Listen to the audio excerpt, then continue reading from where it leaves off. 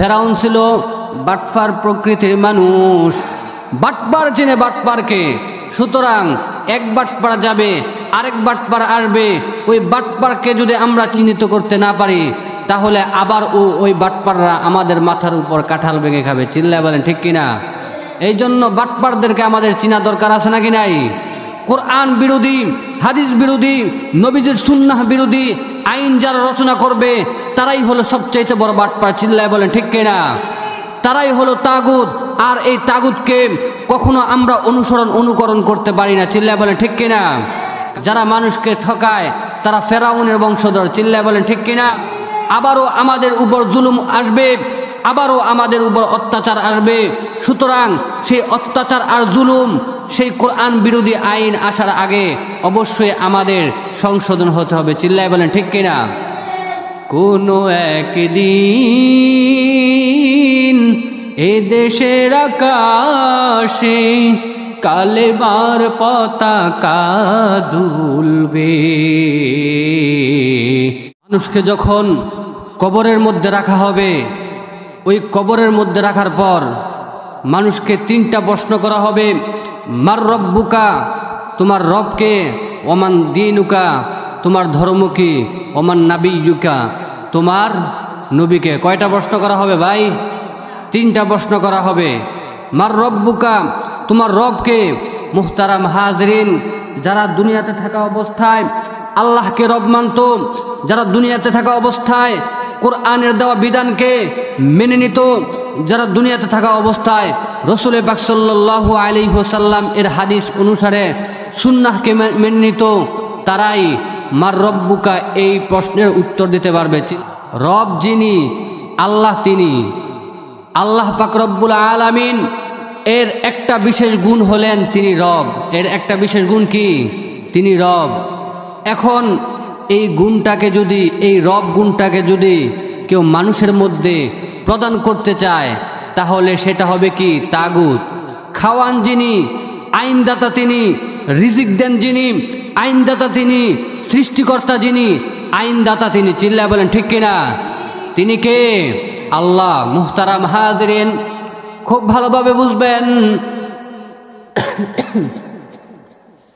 ফেরাউন বলেছিল আনা রব্বুকুমুল আলা, আমি তোমাদের বড় রব। ফেরাউন নিজেকে আল্লাহ দাবি করে নাই, ফেরাউন নিজেকে রব দাবি করেছে। রব দাবি করার মানেই হলো ফেরাউন এমন এমন কিছু আইন তৈরি করেছিল, ঠিক তেমনিভাবে এখনো যদি কেউ এমন এমন বিষয় কেউ রচনা করে, এমন এমন আইন কেউ জারি করে যে আইনগুলো, যেই বিষয়গুলো কোরআনের পরিপন্থী, তাহলে সে নিজেকে রব দাবি করলো এবং সে তাগুদের সাথে জড়িত হয়ে গেল। চিল্লায় বলেন ঠিক কিনা? যে নিজেকে রব দাবি করলো, যে নিজেকে আইনদাতা দাবি করলো, যে নিজে আইন বানাইলো, সে রব সাজলো। আর যারা তার আইনকে মেনে নিল, কোরআনের আইন বাদ দিল, তারা ওই রবের আনুগত্য করলো। দুজন এই পথভ্রষ্ট হয়ে যাবে। চিল্লায় বলেন ঠিক কিনা? সুতরাং কোনো আইন যদি কোরআনের পরিপন্থী হয়, সেটা দেশের আইন হোক, রাষ্ট্রের আইন হোক, বিশ্বের আইন হোক, কোরআনের বিরুদ্ধে যায়, হাদিসের বিরুদ্ধে যায়, নবীর সুন্নাহর বিরুদ্ধে যায়, অবশ্যই সেই আইনের আনুগত্য করা আমাদের দ্বারা কোশ্চিনকালেও সম্ভব না। চিল্লায় বলেন ঠিক কিনা? এই জন্য আইন চলবে কার? আল্লাহর। এই জন্য আইন চলবে কার? মুহতারাম হাজরিন, ফেরাউন নিজেকে আল্লাহ দাবি করে নাই, ফেরাউন নিজেকে রব দাবি করছে। ফেরাউন নিজে কেমন ছিল? ফেরাউন ছিল বাটপার প্রকৃতির মানুষ। এই ফেরাউনের কাছে হাজার হাজার মানুষ টাকা পাইতো, অর্থ পাইতো, সম্পদ পাইতো। সে কি করলো? সে তার গৃহস্থান ছেড়ে পলায়ন করলো। এইদিকে হামানের সাথে দেখা হইল। হামানু একই অবস্থা, দুই বাটপার একসাথে মিলে গেল। বাটপার চিনে বাটপারকে। চিল্লায় বলেন ঠিক কিনা? বাটপার চিনে বাটপারকে। সুতরাং এক বাটপার যাবে আরেক বাটপার আসবে। ওই বাটপারকে যদি আমরা চিহ্নিত করতে না পারি তাহলে আবার ওই বাটপাররা আমাদের মাথার উপর কাঁঠাল ভেঙে খাবে। চিল্লায় বলেন ঠিক কিনা? এই জন্য বাটপারদেরকে আমাদের চিনা দরকার আছে নাকি নাই? কোরআন বিরোধী, হাদিস বিরোধী, নবীজির সুন্নাহ বিরোধী আইন যারা রচনা করবে তারাই হলো সবচাইতে বড় বাটপার। চিল্লায় বলেন ঠিক কিনা? তারাই হলো তাগুত। আর এই তাগুতকে কখনো আমরা অনুকরণ করতে পারি না। চিল্লায় বলেন ঠিক কিনা? কারণ আমাদের রবকে, বান্দার যা দরকার বান্দা তা চাওয়ার আগেই যিনি দিয়ে দেন তিনি কে? আল্লাহ। তিনিই হলেন রব। সুতরাং রব হওয়ার যোগ্যতা একমাত্র কার? আল্লাহর। আর যদি কেউ নিজেকে রব দাবি করতে চায় তাহলে কি সে জীবনে আমরা যা চাই তা দিতে পারবে? আমাদের নিঃশ্বাস প্রশ্বাস প্রয়োজন বাঁচার জন্য। এই নিঃশ্বাস প্রশ্বাস দেওয়ার মালিক কে? সুতরাং আইন সংস্করণ করবে একমাত্র আল্লাহ। দুনিয়ার কেউ আইন সংস্করণ করার মতো ক্ষমতা রাখে? চিল্লায় বলেন ঠিক কিনা? মুহতারাম হাজরিন, ওই হামানের সাথে যখন দেখা হইল, ওই হামান ফেরাউন দুইজন মিলে দূর দেশের মধ্যে চলে গেল। ওই দূর দেশের মধ্যে যাইয়া দেখতাছে একটা লোক তরমুজ এর ক্ষেত চাষ করে। তখন এই ফেরাউন আর হামান বলতেছে যে ভাই আমাকে একটা কি দেন, তরমুজ দেন, আমরা খাইয়া কি ক্ষুধা নিবারণ করি। তখন একটা তরমুজ দিল। তরমুজ দেওয়ার পরে ওই তরমুজটা দুইজনে ভাগাভাগি করে খাওয়ার পরে বলতেছে ভাই আমরা তো দূর দেশ থেকে আসছি, আমাদেরকে একটা কি দেন, কাজ দেন, কি দেন। তখন ফেরাউনকে আর হামানকে ওই ক্ষেতের মধ্যে কাজ দিল যে তোমরা আমার এই ফসল কি করবা, দেখাশোনা করবা। মুহতারাম হাজরিন, তখন তারা এই ক্ষেত দেখাশোনা করতে লাগলো। আর এই তরমুজকে এক এক পিস করে বিক্রি করার জন্য তাদের মালিক কি করলো বলল, তারা বাজারে গিয়ে কি করত, এক এক পিস বিক্রি করত, লাভের অংশ নিজেরা চুরি কইরা কিছু রাইখা দিত এবং মালিককে কিছু দিত।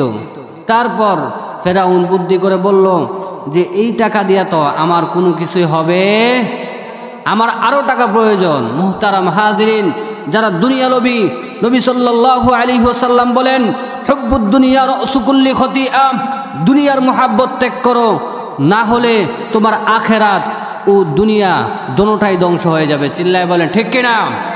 সুতরাং দুনিয়ার প্রতি লোভ আমাদের আনা যাবে? দুনিয়ার লোভ লালসা থেকে অবশ্যই আমাদেরকে দূরে থাকতে হবে। চিল্লায় বলেন ঠিক কিনা?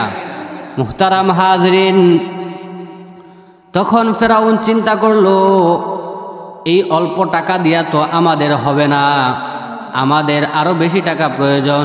সে চিন্তা করলো আমি আমার এই মালিক থেকে, ক্ষেতের মালিক থেকে এই তরমুজগুলো কিনে নিয়ে যাব, আর এইগুলো বাজারের মধ্যে পিস হিসাবে কাইটা কাইটা বিক্রি করব। কি করব? কাইটা কাইটা বিক্রি করব। সুতরাং কিভাবে বিক্রি করব? একটা তরমুজ যেই দামে বিক্রি করতাম এইভাবে কাইটা কাইটা আমি একটা পিস কি করব, সেইভাবে বিক্রি করব। সিন্ডিকেট করলো সে চালাকি করলো। যারা মানুষকে ঠকায় তারা ফেরাউনের বংশধর। চিল্লায় বলেন ঠিক কিনা? ফেরাউন বাটপারি কইরা ক্ষমতা গ্রহণ করছে। কিভাবে?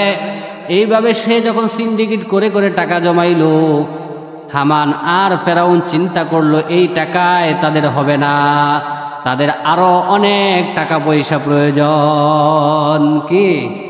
আরো অনেক টাকা পয়সা প্রয়োজন। এই টাকা দিয়ে কি বাদশাহী করা যাইব?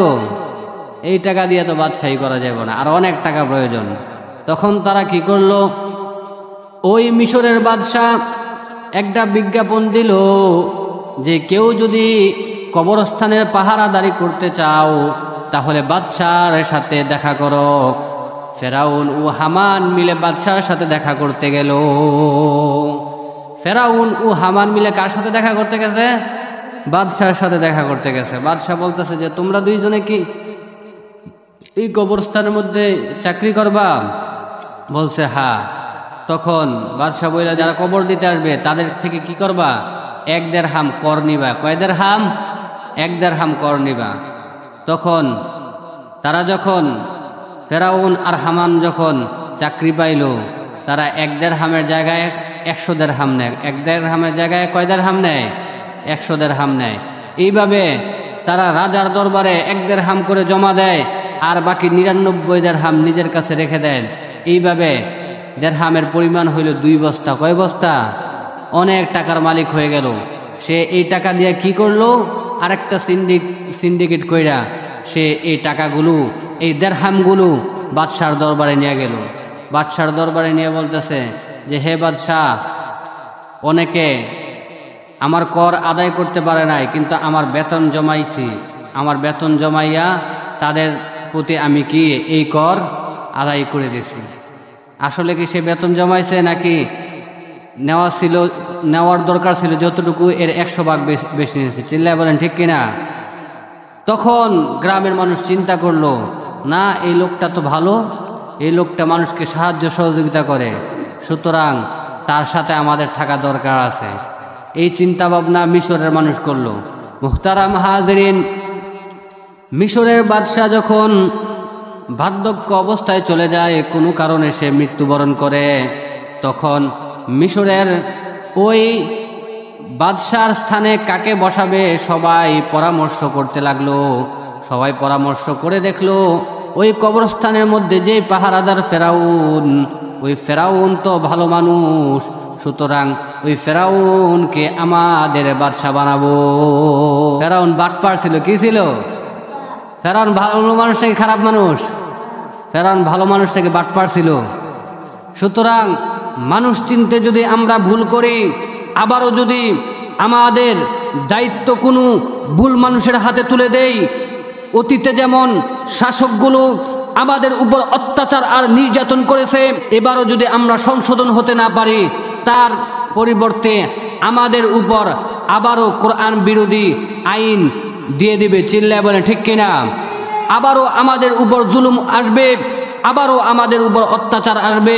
সুতরাং সেই অত্যাচার আর জুলুম, সেই কোরআন বিরোধী আইন আসার আগে অবশ্যই আমাদের সংশোধন হতে হবে। চিল্লায় বলেন ঠিক কিনা?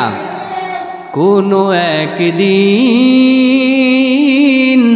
এ দেশের আকাশে কালেমার পতাকা দুলবে।